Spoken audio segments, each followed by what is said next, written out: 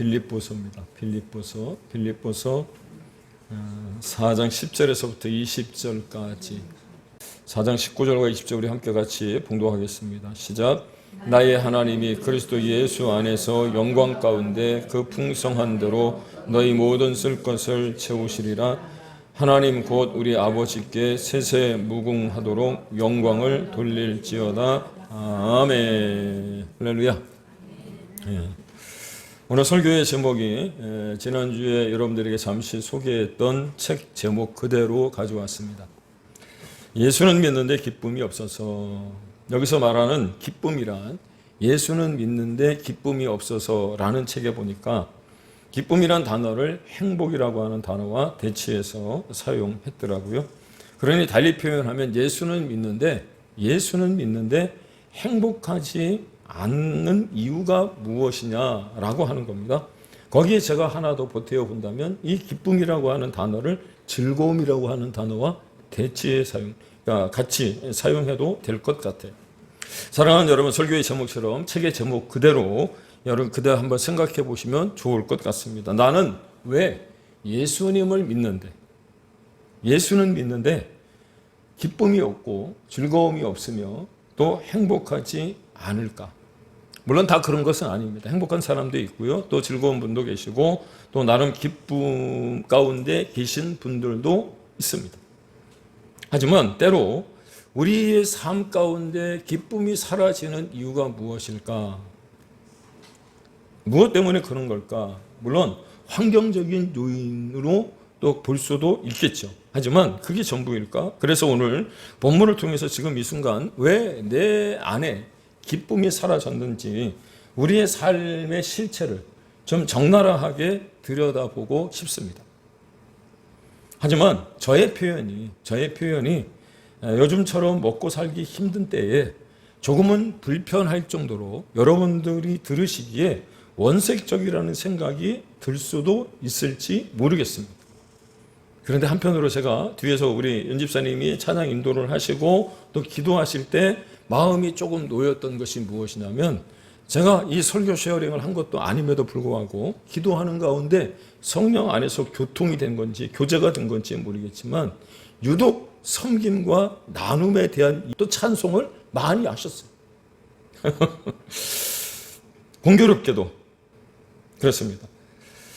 조금은 원색적이라는 생각이 들 수도 있을지 모르겠지만 우리의 실체를 알아야 여러분들이 오늘도 우리가 그 차량 운행을 하는 중에 이은하 집사님께서 속이 좀 불편해서 병원에 가보셔야 되겠다라고 말씀을 하셨는데 때로 우리가 몸이 불편해서 병원에 갔더니 의사가 갑작스럽게 나는 별 것이 아니라고 생각했음에도 불구하고 MRI를 찍어야 된다든지 CT를 찍어야 된다라고 했을 때 덜컥 겁이 나지 않습니까? 왜 그렇죠? 혹시나 중병에 걸린 것은 아닌지 또 심각한 질병에 걸린 것은 아닌지 그럼에도 불구하고 우리가 의사와 맞서서 내 병이 무엇인지를 알아야 그 병을 제대로 고칠 수 있는 거잖아요. 그렇습니다. 우리의 분명한 실체를 알아야 기쁨도 회복하고요. 또 행복도 되찾을 수 있다라고 하는 겁니다. 그렇죠? 왜 우리가 예수를 믿기는 하는데 이 사도 바울이 빌립보서를 통하여 주 안에서 기뻐하라고 그렇게 이야기함에도 불구하고 우리에게서 왜 기쁨이 사라졌을까? 그 이유를 곰곰이 생각하면서 본문 이 빌립보서를 묵상해 가는 가운데 들었던 생각 가운데 하나가 단도직입적으로 직설적으로 좀 표현을 하면 나눔과 섬김과 베품과 어떤 헌신들이 우리가 하고 있다고는 생각이 들지만 하나님 보시기에 조금은 부족했던 것은 아닌가 싶습니다. 지난주에 우연히 말씀을 준비하는 가운데 보았던 쇼츠가 생각이 나요. 청년부를 섬기던 부목사님이 청년부를 이끌고 어느 지역에 선교를 아웃리치를 갔답니다. 그런데 그 지역에 얼마나 영적인 세력들, 어둠의 세력들이 강한지 밤에 가위에 눌린 청년들이 너무 많아서 기도로 불침번을 세웠다는 거예요. 그런데 다른 전도사님이나 부목사님들이 1시간씩 불침번을 돌아가면서 서서 기도를 할 때는 청년들이 편안하게 잤는데 자기가 기도하는 시간은 오히려 더 힘든 어떤 시간들을 보내는 걸 보고 옆에 있는 사람들이 그랬다는 거예요. 아니 도대체 목사님 기도하시는 겁니까? 나는 분명히 땀 흘려서 기도했는데 왜 아까 마귀가 어둠의 세력들은 떠나가지 않고 청년들은 더 힘든 밤을 보낼까 싶어서 따로 나와서 하나님 앞에 기도를 하고 있었다는 거예요. 그런데 하나님이 그 목사님 마음 가운데 주신 감동이 무엇이었느냐면 그렇게 하나님이 감동 주시더라는 거예요. 네가 정말 저들을 사랑하고 있느냐, 진심을 다해서 저들을 위해서 기도하고 있는지 그거를 물어보시더라는 거예요. 사랑하는 여러분, 우리는 하나님 앞에 어떤 무엇인가를 드림에 있어서 또 우리 성도들을 섬김에 있어서 때로는 우리 이웃들에게 나눔에 있어서 그 마음을 다하며 나누고 베풀고 섬기며 헌신하고 있을까요? 한 걸음 더 나아가 내가 가진 것 중에 전부가 아니더라도 뭔가 베풀며 드리는 일에 여러분들은 진심을 다했다고 하지만 정말 하나님 보시기에 기쁘시게 한 그 헌신이었을까? 앞서 소개한 예수를 믿는데 기쁨이 없어서라고 하는 책에 보니까 이렇게 되어 있더라고요. 나눔을 헌신이라 표현하고 싶은데 하나님은 우리 자녀들을 모두가 다 기뻐하도록 그렇게 만들고 싶어 하신다는 거예요. 그런데 그렇게 기뻐할 수 없는 이유가 무엇이냐면 하나님을 절대적으로 신뢰하지 못하기 때문이고, 하나님을 더욱더 신뢰하기만 한다면 길이 열리게 되어지는데 그 길은 헌신으로부터 시작이 된다, 그렇게 말씀하고 있더라고요. 뿐만 아니라 예수를 믿는데 기쁨이 없어서라고 하는 책에 보니까 뭐라고 얘기하느냐, 이 헌신이라고 하는 것은 캄캄한 숲길에서 찾아든 등불과 같다, 이렇게 표현을 하더라고요. 그렇습니다.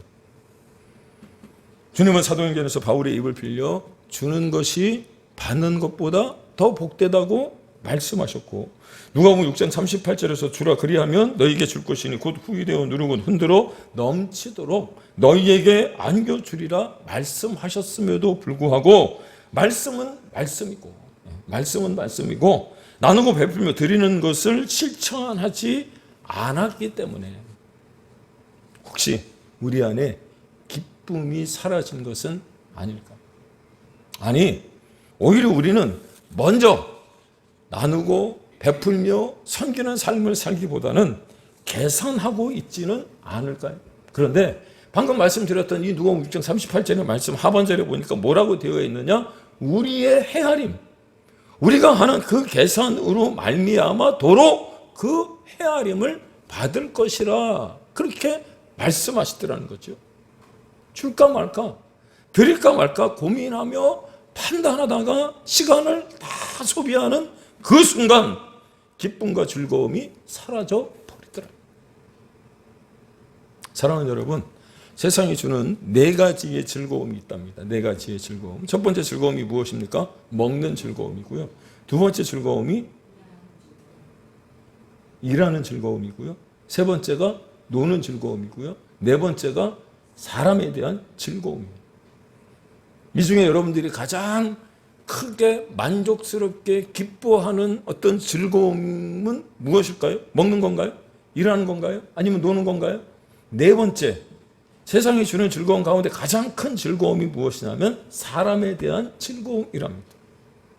먹는 즐거움, 일하는 즐거움, 노는 즐거움보다 더 행복한 즐거움은 바로 사람에 대한 즐거움인데요. 왜 그러냐면 아무리 맛있는 음식도 불편한 사람과 먹을 때 맛이 없거든요.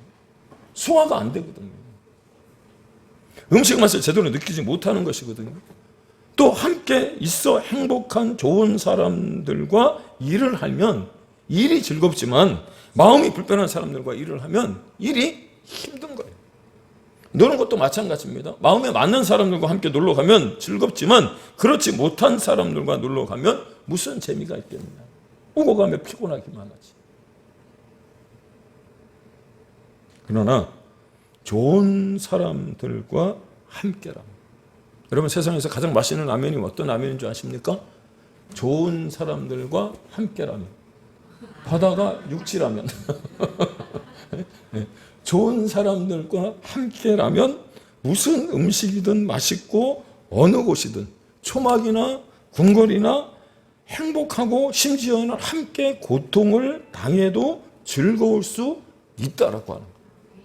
그렇습니다. 사도 바울이 복음을 전하다가 감옥에 끌려가고 매를 맞는 상황이 되었음에도 그 어느 교회도 바울의 사역에 관심을 두지 않았다고 오늘 여러분과 함께 봉독했던 15절 말씀에 이야기하고 있잖아요.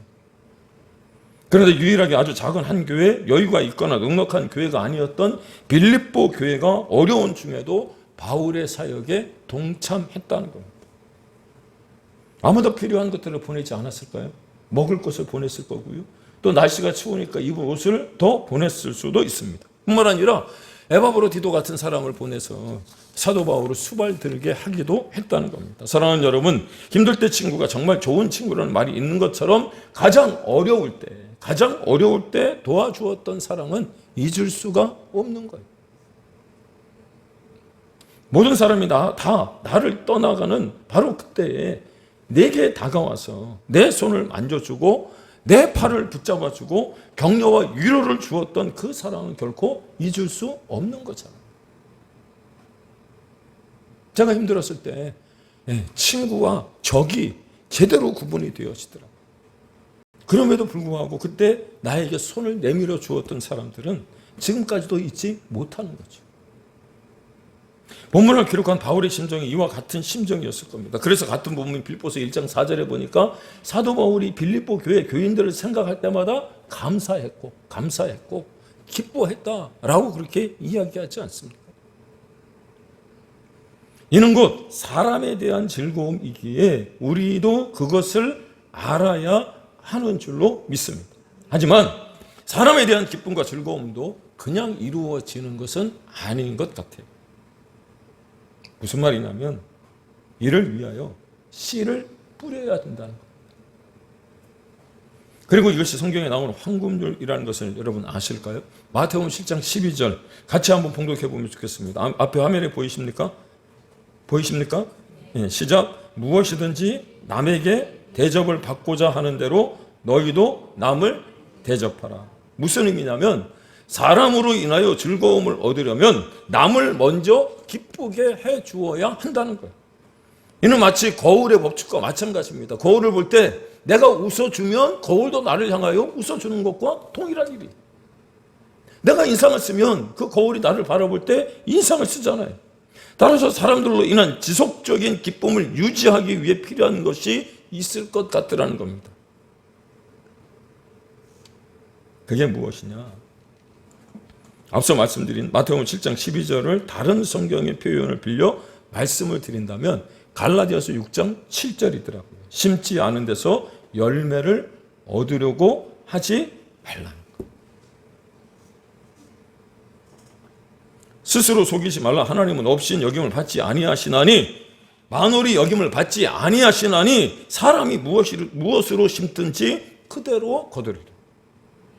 그러니까 사람과의 관계에서도 또 사람에 대한 어떤 즐거움을 우리가 얻기 위해서 필요한 것이 무엇이냐면 마치 씨를 심는 것처럼 내가 가진 것들을 나누기도 하고 뭔가 드릴 수 있어야 한다는 겁니다. 동의하십니까? 특별히 사람과의 관계에서 얻어지는 즐거움을 위해 나의 노력과 애씀이 필요하다는 거예요. 그게 씨를 심는 것과 동일한 일이니까. 그런데 우리는 나누기보다 주기보다는 내가 먼저 뭔가를 받아야 한다고 여긴다는 겁니다. 왜? 내 포지션이 너보다 훨씬 높기 때문에 내가 생각하기에 내가 사회적으로 또 어떤 지위나 어떤 명예나 내가 생각하기에 내가 가지고 있는 것들이 너보다 더 많다고 생각이 드니까 그런 대접을 받아야 된다고 생각을 함에도 불구하고 그런 대접을 받지 못하니까 점점 기분이 상하게 되고요. 마음이 불편한 거예요. 그런데 성경은 어찌 그렇게 우리의 마음을 잘 살피는지 모르겠습니다. 그래서 성경이 우리에 대하여 한 말씀 하시는데 여러분 한번 들어보십시오. 누가복음 14장 7절에서 9절입니다. 정함을 받은 사람이 높은 자리에 택함을 보시고 그들에게 비유로 말씀하여 이르시되 네가 누구에게나 혼인잔치에 청함을 받았을 때 덜썩 높은 자리에 앉지 마라. 덜썩은 제가 집어넣은 말이에요. 그렇지 않으면 너보다 더 높은 사람이 청함을 받은 경우 너와 그를 청한 자가 와서 너더러 이 사람에게 자리를 내어주라 하니, 야, 누가 너더러 거기 앉으래. 이리 내려와. 너 다른 사람이 거기 앉아야 돼. 그때 얼마나 창피하겠냐는 거예요. 오히려 내가 높은 지위와 어떤 그런 뭐랄까 신분을 가지고 있고 이름이 나 있는 사람이라고 할지라도 처음부터 가서 낮은 자리에 앉아 있으면, 아니 왜 거기 앉아 계시느냐고, 이리 오시라고 그래서 다른 높은 자리로 올려주는 것과 마찬가지. 겸손한 모습이잖아요. 겸손한 모습. 그런데 우리는 언제나 내가 먼저 높임을 받으려 하고 대접을 받으려 한다는 거예요. 뿐만 아니라 같은 본문 빌립보서 2장 3절의 말씀처럼 겸손한 마음으로 각각 자기보다 남을 낮게 여기고 높여준다는 거예요. 높여준다. 그렇게 낮게 여겨야 함에도 불구하고 그렇지 않더라. 그러므로 제가 생각할 때 기쁨은 곧 열매입니다. 열매. 나아가 열매는 뿌린 씨와 뿌린 수고의 열매요 땀의 결과라고 하는 거죠. 이를 뒷받침하는 말씀이 우리가 잘 아는 시편 126편 5절과 6절 말씀입니다. 무슨 말이냐? 기쁨을 얻으려면 어떻게 해야 되느냐? 씨를 뿌리고 땀을 흘리는 수고가 있어야 된다는 거죠. 눈물을 흘리며 씨를 뿌리는 자는 기쁨으로 거두리로다. 울며 씨를 뿌리러 나가는 자는 반드시 기쁨으로 그 곡식단을 가지고 돌아오리로다. 기쁨으로 열매를 얻기 위해서 눈물로 씨를 뿌려야 된다는 거예요. 그런데 우리는 눈물로 씨를 뿌리지도 않은 채 기쁨을 얻으려고 하고요.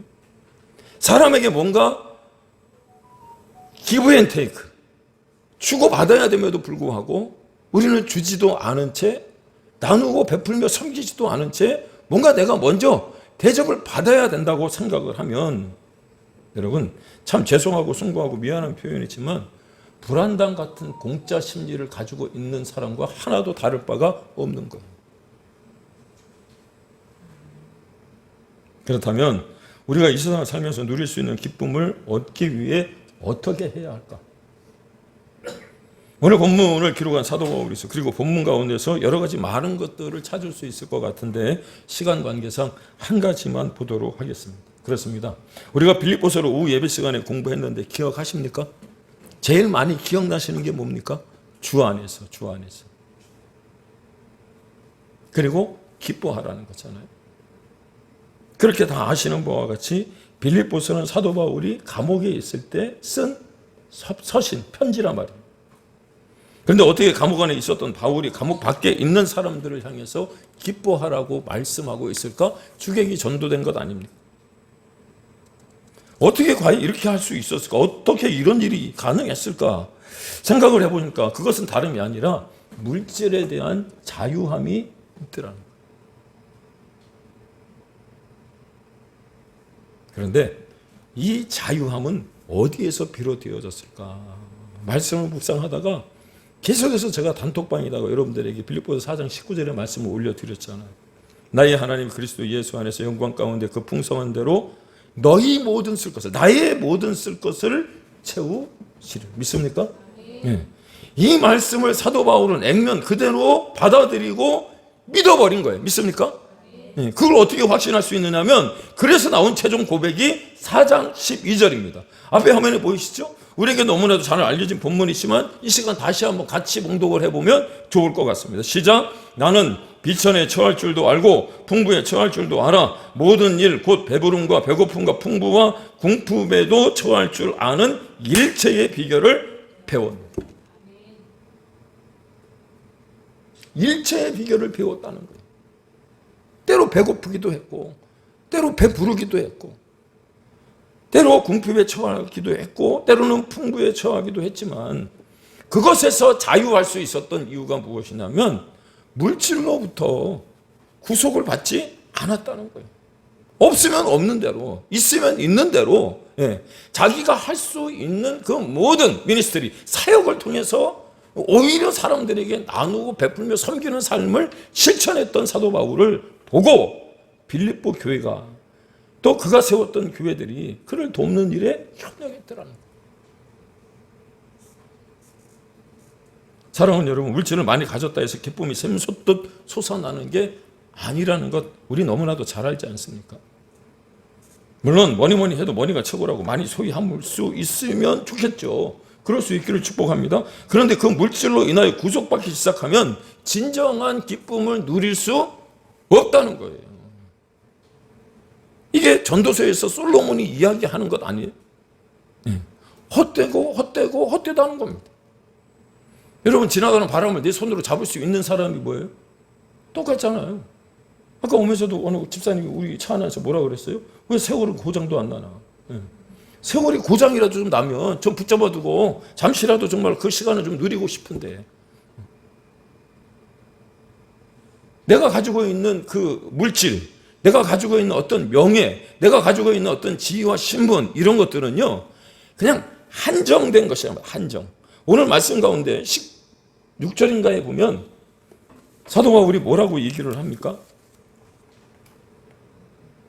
17절이네. 내가 선물을 구함이 아니오되 오직 너희에게 유익하도록 풍성한 열매를 구한다라고 할 때 유익이라고 하는 말이 무엇이냐? 헬라어로 프라핏입니다. 요즘 아이들이 쓰는 베네핏이라고 하는 단어가 바로 이 말이에요. 이익, 유익. 그런데 이 이익이라고 하는 이 베네핏이 어떤 뜻이냐면 마치 마태복음에서 얘기하는 것처럼 이 땅의 재물을 땅에 쌓아두는 것이 아니라 하늘에 그 보물을 쌓아두는 것과 동일할 때 하나님은 오히려 그것에서 주시는 유익과 이익이 있다라고 하는 것을 사도 바울이 가르쳐 주는 거예요.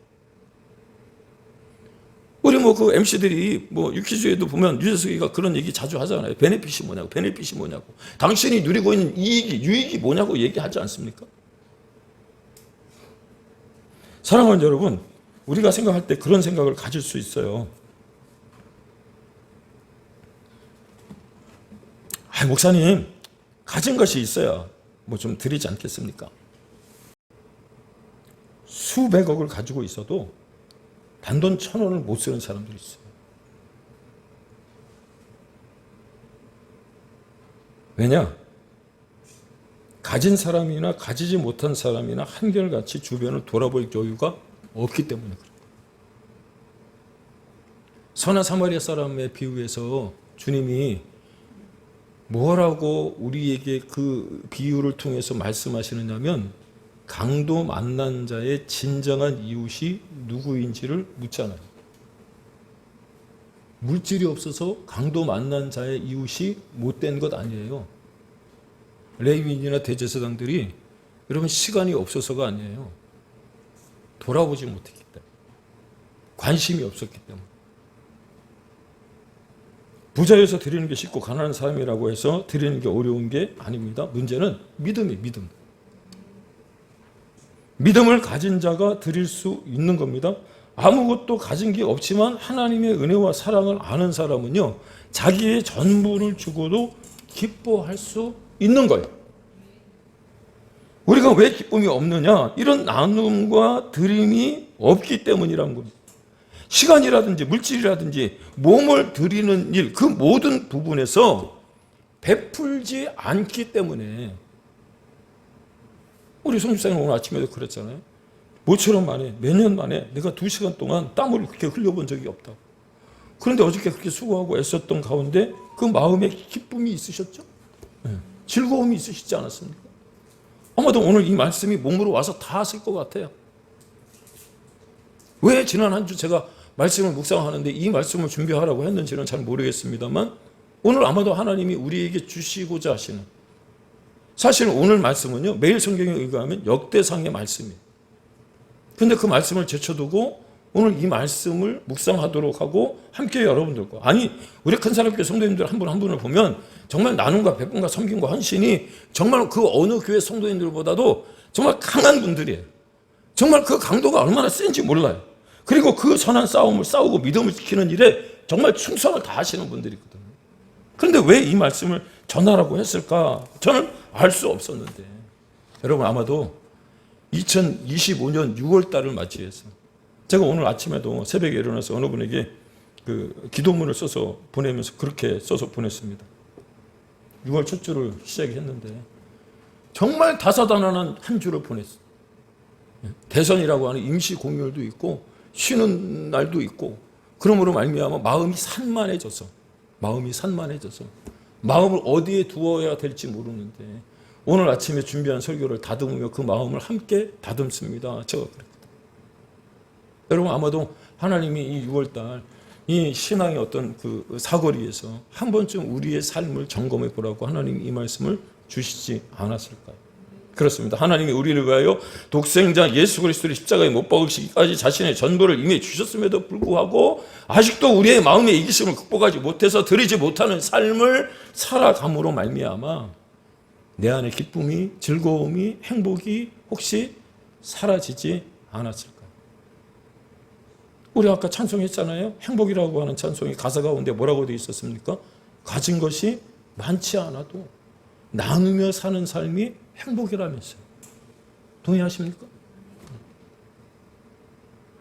그래서 예수를 믿는데 기쁨이 없어서라는 책의 표지에 이렇게 적혀 있습니다. 앞에 화면에 보이십니까? 기쁨이 없다면, 즐거움이 없다면, 행복이 없다면 나의 모든 행위와 희생과 심지어 흠없는 신학도 하나님을 기쁘게 할 수 없다. 그러므로 하나님이 어떤 분인가를 알고 믿고 신뢰할 수 있는 사람이 그가 가진 것이 많던 적던 상관없이 드릴 수 있는 인생이 되어지는 것이고요. 그것이 로마서 6장에서 말하는 것처럼 내 몸을 의의 병기로 드리는 하나님의 사람들인 줄로 믿으시기를 바랍니다. 물론 믿음으로 섬긴다고 할지라도 우리 생각 가운데 마치 인간을 향해 드려지는 것 같이 여겨질지도 모르겠습니다. 전도하다가 커피숍에서 만난 여자분 한 분이 그런 얘기 하더라고요. 목사님 교회 가니까 11조라고 하는 거를 드리라고 하는데 그거를 드려야 됩니까? 말아야 됩니까? 뭐라 그랬어요? 믿음의 문제라 그랬잖아요. 그래서 성경은 뭐라고 말씀하십니까? 우리가 드리는 그 믿음으로 드리는 그것이 인간을 향해 드려지는 것 같이 여겨질지 모르겠지만 빌립보서 4장 18절입니다. 오늘 본문에 뭐라 그랬습니까? 너희가 준 것을 받음으로 내가 풍족하니 이는 받으실 만한 무엇이요? 향기로운 제물이요 하나님을 기쁘시게 한 거다. 시간이 조금 갔지만 오늘과 내일 역대상 본문이 역대상 10장과 11장입니다. 거기에 보면 사무엘하 23장의 기사가 그대로 기록이 되어져 있고 조금은 뭐 구체적이기도 하고 때로는 뭐 요약이 된 부분들도 있습니다만 그 내용 가운데 어떤 내용이 나오느냐? 블레셋과 다윗이 맞서 싸우고 있을 때에 뭐라고 얘기를 하느냐면 베들레헴 성문 곁에 있는 우물물이 마시고 싶다는 거예요. 아니 철딱서니도 없는 이 왕이 그 한참 전투 중에 여러분 블레셋과의 전투에 목숨이 지금 총각에 달려있는 그때 하필이면 왜 그 베들레헴 성문 곁에 우물물이 생각이 났을까? 아마도 고향집이 우리가 생각나는 것처럼 멀리 타향에 가 있으면 우리 부모님이 생각이 나는 것처럼 사랑하는 사람이 그리운 것처럼 아마도 그렇게 생각이 났던 것 같아요. 그런데 그 말을 들었던 그 사람들 가운데 3명의 용사가요. 그 블레셋 진중을 뚫고 들어가서 그 우물물을 길어다가 다윗에게 줍니다. 예수님이 복음을 전파하다가 야 내가 지금 로마 한복판에 있는 그 우물물을 먹고 싶은데 죽어가서 좀 떠올 수 없냐. 여러분 우리 가운데 오늘 찬양했잖아요. 내가 여기 있사오니 나를 보내주소서라고 오늘 이렇게 찬양이 이렇게 딱 아다리가 딱 맞는지 몰라. 그렇게 가실 분이 누가 있을까요? 그런데요 제가 더 놀란 건 뭐냐면 그 블레셋과의 전쟁 가운데 그 베들레헴 성문 곁에 가서 우물물을 떠온 사람들이 누구냐? 그 3사람뿐만 아니라 그 다윗과 함께 했었던 사람들이 우리가 아는 것처럼 아둘람 굴로 찾아 들어온 사람들. 마음에 위로가 필요한 사람, 환난을 당한 사람들, 힘들었던 사람들, 사람들에게 멸시를 받았던 사람들, 다윗을 찾아서 그 아둘람 굴로 찾아온 400용사들 가운데 정말 그 힘듦을 알고 그 어려움을 알고 함께 했던 다윗, 그 다윗을 위하여 목숨을 내놨을 때 다윗이 그 물을 떠오자 뭐라고 얘기하냐면 이것은 물이 아니라 피라 그랬거든요. 피. 그리고 하나님 앞에 그 물을 드립니다.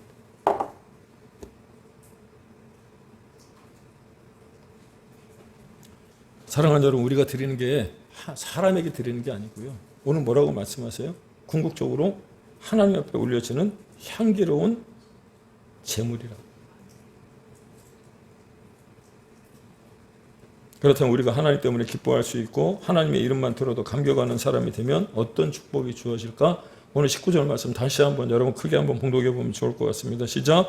나의 하나님이 그리스도 예수 안에서 영광 가운데 그 풍성한 대로 나의 모든 쓸 것을 채우시리라. 믿습니까? 그렇습니다. 하나님은 어떤 분이시냐면 표현이 좀 거시기 하지만 쪼잔한 하나님이 아니시란 말이에요.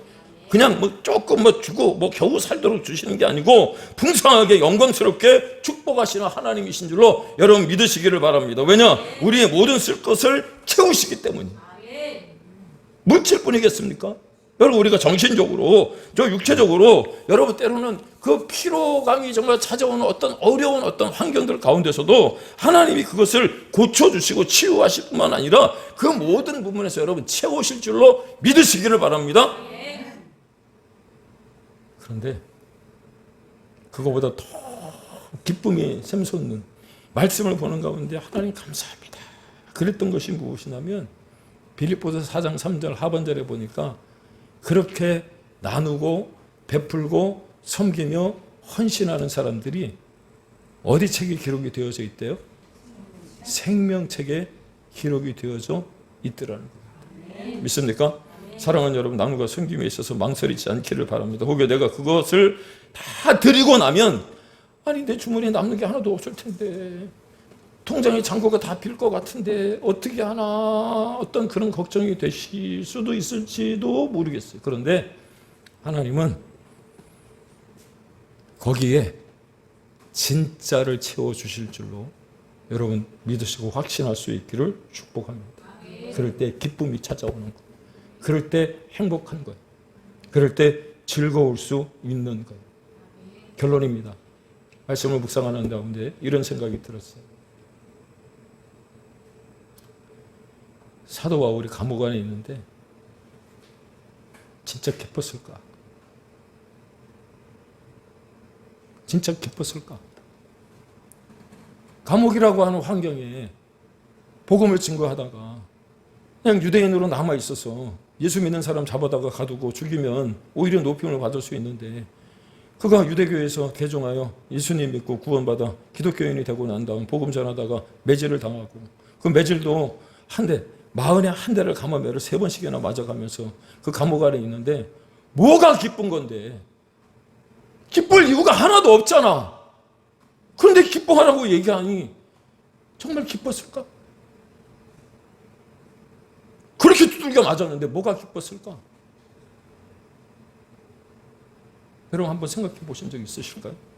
제가 그런 마음이 드는 거예요. 그런데 그가 했던 고백이 바로 13절에 있더라고요.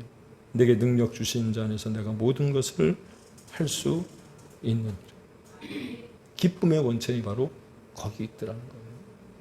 사랑하는 여러분, 비록 지금 내가 뭔가 막혀 있고 또 일이 진척이 되지 않으며 어떤 질병으로 인해서 좀 힘이 들고 어려웠기도 해도 응답이 없다고 할지라 그래서 원망하고 불평하는 것이 아니라 여러분 내게 능력 주시는 자 안에서 내가 모든 것을 할 수 있다고 고백하는 순간 하나님은 그 문제에서 노임을 받게 하실 뿐만 아니라 진리 안에서 자유케 하시는 하나님의 역사를 맛보게 될 줄로 믿습니다. 새로운 한 주간 그 믿음으로 살아가시며 승리할 수 있는 우리 큰사랑교회 모든 성도들이 다 되시기를 예수님의 이름으로 축원을 드립니다.